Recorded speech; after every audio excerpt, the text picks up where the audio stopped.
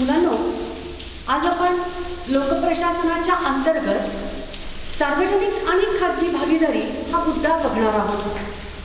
लोकप्रशासन हा असा विषय आहे की ज्याच्यामध्ये अनेक प्रकारच्या नाविन्यपूर्ण संकल्पना आपल्याला इथे अभ्यासाला मिळतात. म्हणजे मागच्या व्हिडिओमध्ये सुद्धा आपण ई गव्हर्नन्स किंवा गुड गव्हर्नन्स याच्या संकल्पना अभ्यासल्या होत्या. 1990-91 नंतर संपूर्ण जगामध्ये जी जागतिकीकरणाची प्रक्रिया सुरू झाली, त्या जागतिकीकरणाच्या प्रक्रियेनंतर अनेक सेवा क्षेत्रांचा विकास करणं ही अनेक देशांपुढची एक प्राधान्यक्रमानं येणारी गोष्ट होती. या पायाभूत सुविधांचा जोपर्यंत विकास होत नाही तोपर्यंत देशाच्या सर्वांगीण विकासाला चालना मिळू शकत नाही. मग वीज, रस्ते, दळणवळण, रेल्वे, मोठमोठी बंदरं, धरणे, अनेक असे जे प्रोजेक्ट्स आहेत हे कुठेतरी आर्थिक विकासाला चालना देत असतात. पण मग जेव्हा या पायाभूत सुविधांच्या विकासाकडे शासन लक्ष देतं तेव्हा एक फार अशी एक मर्यादा येते इथे, स्पेशली जे अविकसित देश आहेत किंवा भारतासारखे विकसनशील देश आहेत त्यांच्यासाठी. कोणती? तर या पायाभूत सुविधांमध्ये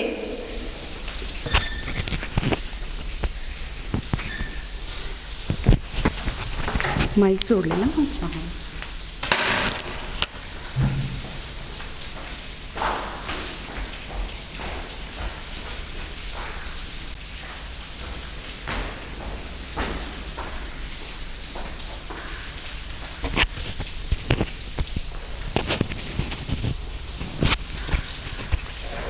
मुलांनो, आजच्या लेक्चरमध्ये आपण लोकप्रशासन या विषयाच्या अंतर्गत सार्वजनिक आणि खाजगी भागीदारी या मुद्द्याचा अभ्यास करणार आहोत. या मुद्द्याचा अभ्यास करत असताना आपल्याला हे समजून घ्यायला पाहिजे की लोकप्रशासन या विषयामध्ये आर्थिक विकासाशी निगडीत असणाऱ्या अनेक मुद्द्यांचा विचार केला जातो, खास करून आधुनिक लोकप्रशासनामध्ये. आजच्या लेक्चरमध्ये आपण सार्वजनिक आणि खाजगी भागीदारी हा जो मुद्दा आहे हा मुद्दा इथे अभ्यासणार आहोत. बघा, आता हा मुद्दा अभ्यासत असताना आपल्याला एक गोष्ट लक्षात घेणं आवश्यक आहे की 1990-91 नंतर संपूर्ण जगामध्ये जागतिकीकरणाची जी प्रक्रिया सुरू झालेली आहे, या जागतिकीकरणाच्या प्रक्रियेमध्ये प्रत्येक देशाला आर्थिक विकासाची संधी मिळण्याची जास्तीत जास्त शक्यता आहे. मग ही शक्यता किंवा या शक्यतेचा विचार करत असताना देशापुढे सगळ्यात मोठा प्रश्न किंवा सगळ्यात मोठं आव्हान आहे ते काय आहे? तर पायाभूत सुविधांचा विकास करणं. पायाभूत सुविधा म्हणजे रेल्वे, वाहतूक, दळणवळण, मेट्रो, म्हणजे रेल्वेमध्येच मेट्रो रेल्वेचा विचार करूया आपण. वीज निर्मिती, विजेचा पुरवठा, धरणं मोठमोठे बांधणं, मोठे मोठे पार्क बांधणं. तर मग या सगळ्या पायाभूत सुविधांचा विकास झाल्याशिवाय किंवा त्यांचा विकास केल्याशिवाय आर्थिक विकासाला चालना मिळू शकत नाही. आणि मग जर हा आर्थिक विकास करणं अपरिहार्य असेल तर शासनानं पायाभूत सुविधांचा लाभ समाजाला कशा रीतीनं मिळेल याचा विचार करणं आवश्यक आहे.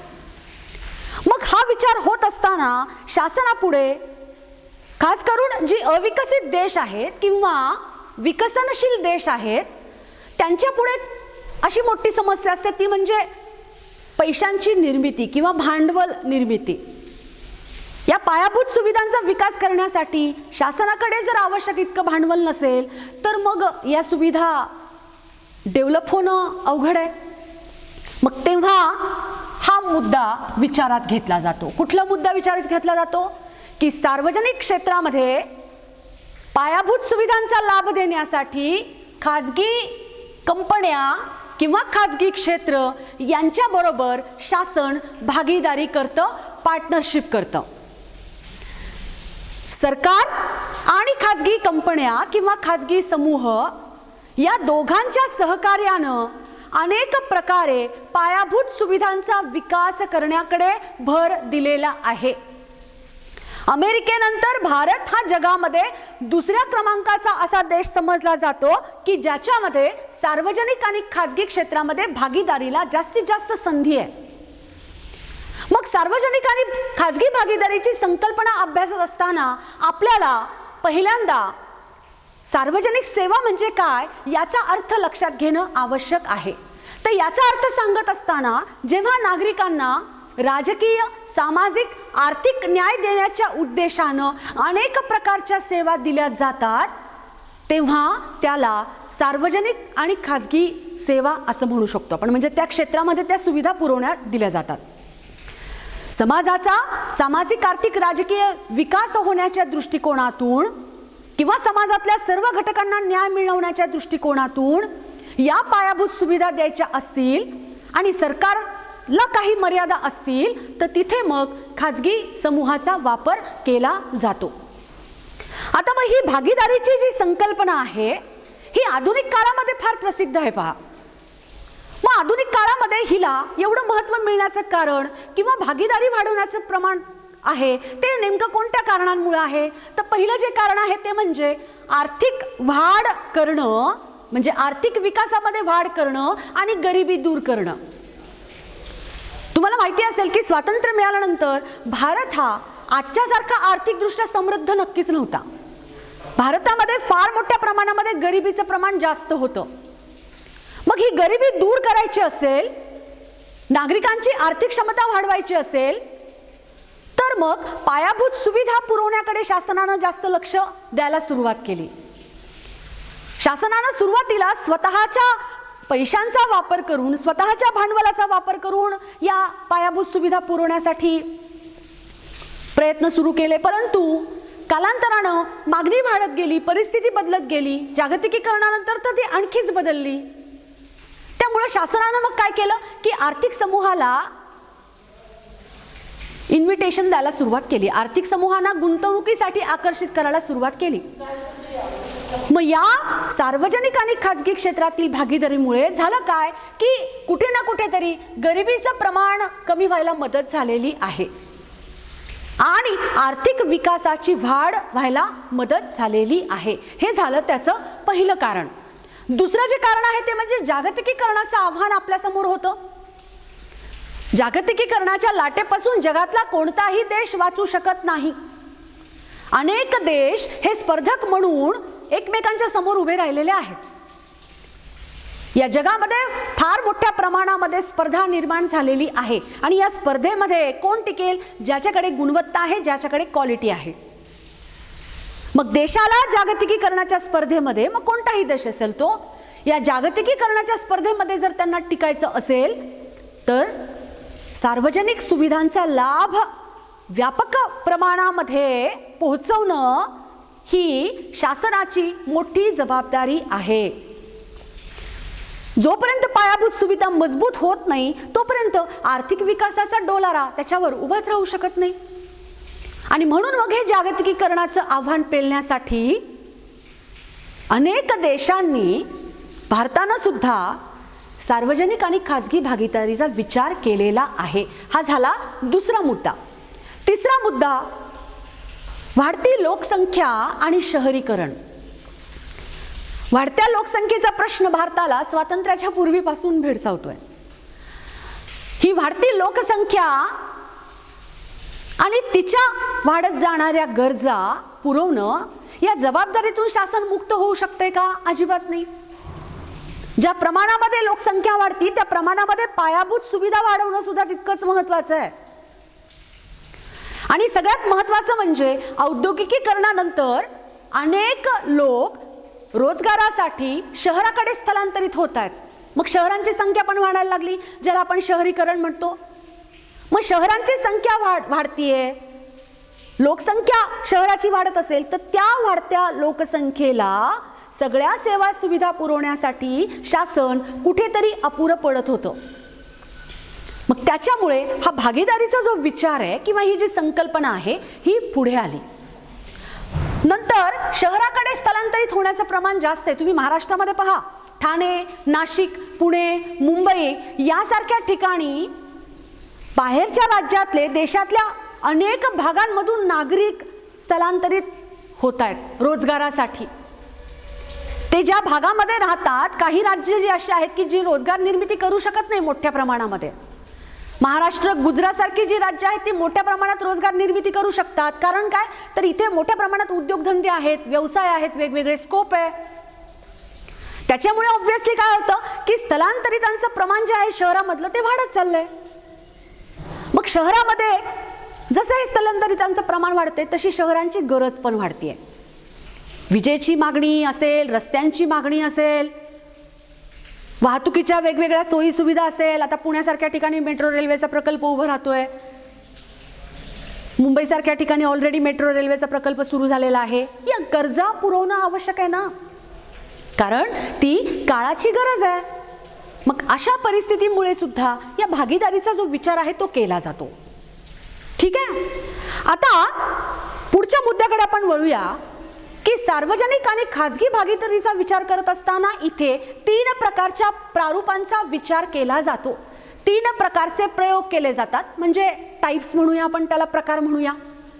बघा हां, आता सार्वजनिक आणि खाजगी भागीदारीमध्ये 3 प्रकारची भागीदारी असते, प्रारूप म्हणतात त्याला. पहिला जो आहे तो म्हणजे बांधा, वापरा आणि हस्तांतरित करा. म्हणजे समजा पुणे आणि नाशिक या महामार्गावर मोठ्या प्रमाणामध्ये रस्त्यांचं चौपदरीकरण होताना आपण दिसतो. मग या पहिल्या प्रकरणामध्ये काय केलं जातं, एखादी खाजगी संस्था असेल, खाजगी कंपनी असेल, ती काय करते, तो रस्ता बांधणार. तिनं त्या रस्त्याच्या बांधणीमध्ये जेवढी गुंतवणूक केलेली आहे ती गुंतवणूक तिची व्याजासकट परत मिळेपर्यंत ती काय करणार, टोल नाक्याच्या माध्यमातून येणारं जे उत्पन्न आहे ते ती घेणार, म्हणजे ती वापरणार. आणि जेव्हा तिची रक्कम पूर्णपणे वसूल केली जाईल तेव्हा ती कोणाकडे हस्तांतरित करणार, शासनाकडे हस्तांतरित करणार.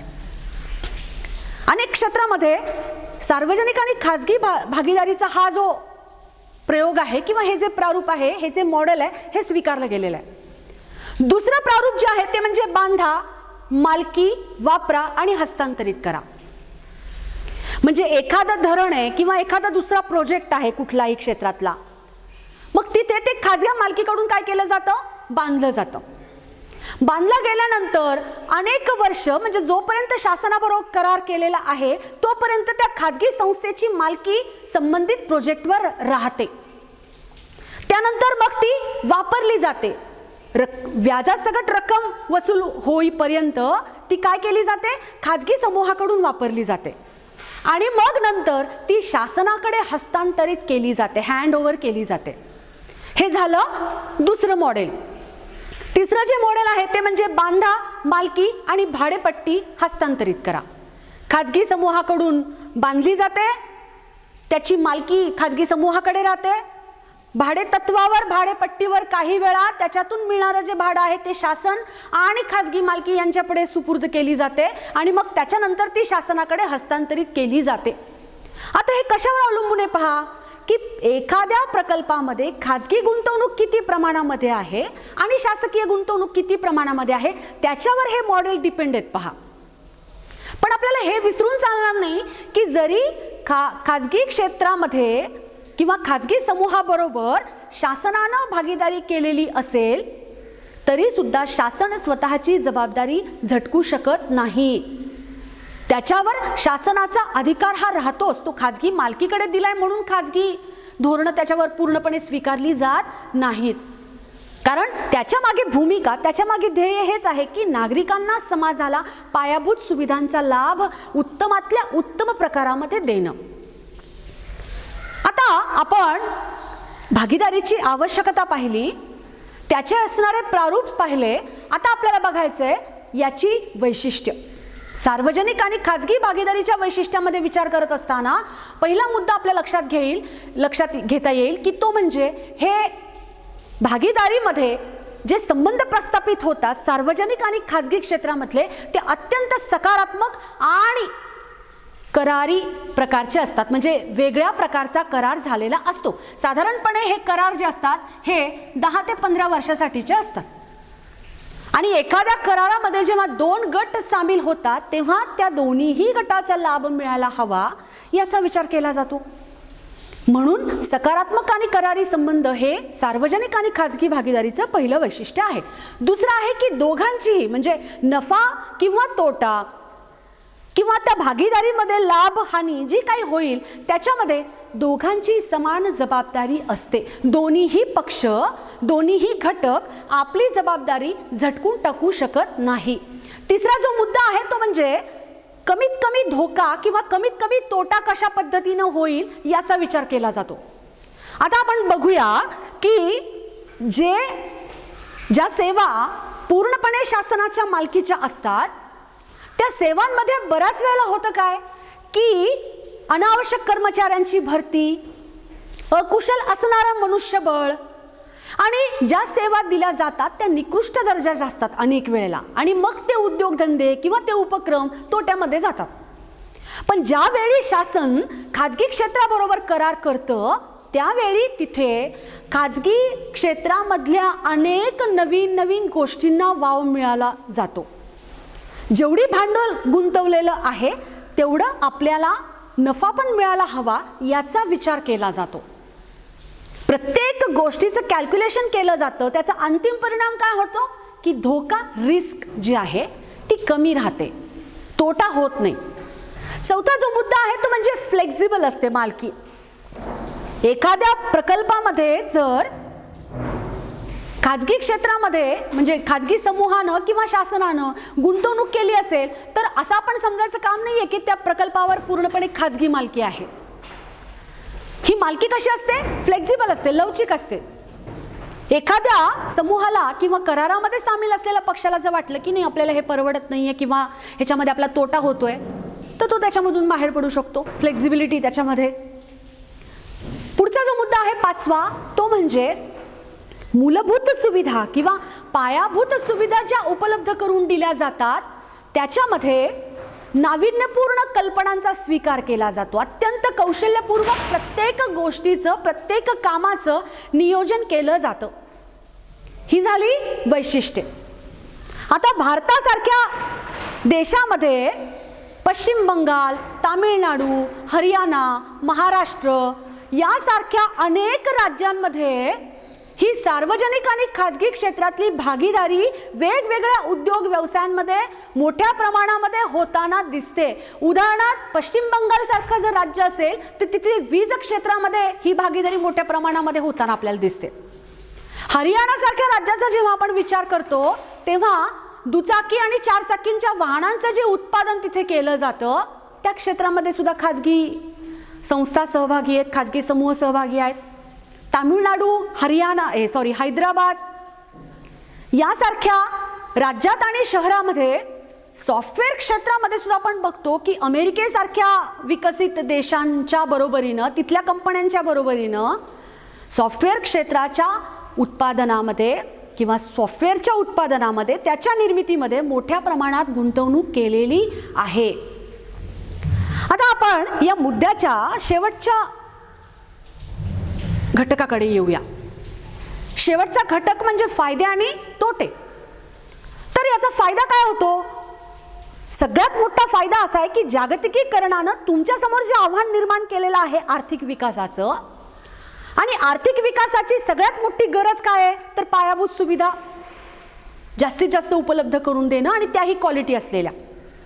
मग या पायाभूत सुविधा उपलब्ध करून देण्यासाठी जर शासनाकडे भांडवल नसेल किंवा ते अपुरं असेल तर या भागीदारीच्या निमित्तानं शासनाला भांडवल पुरवलं जातं.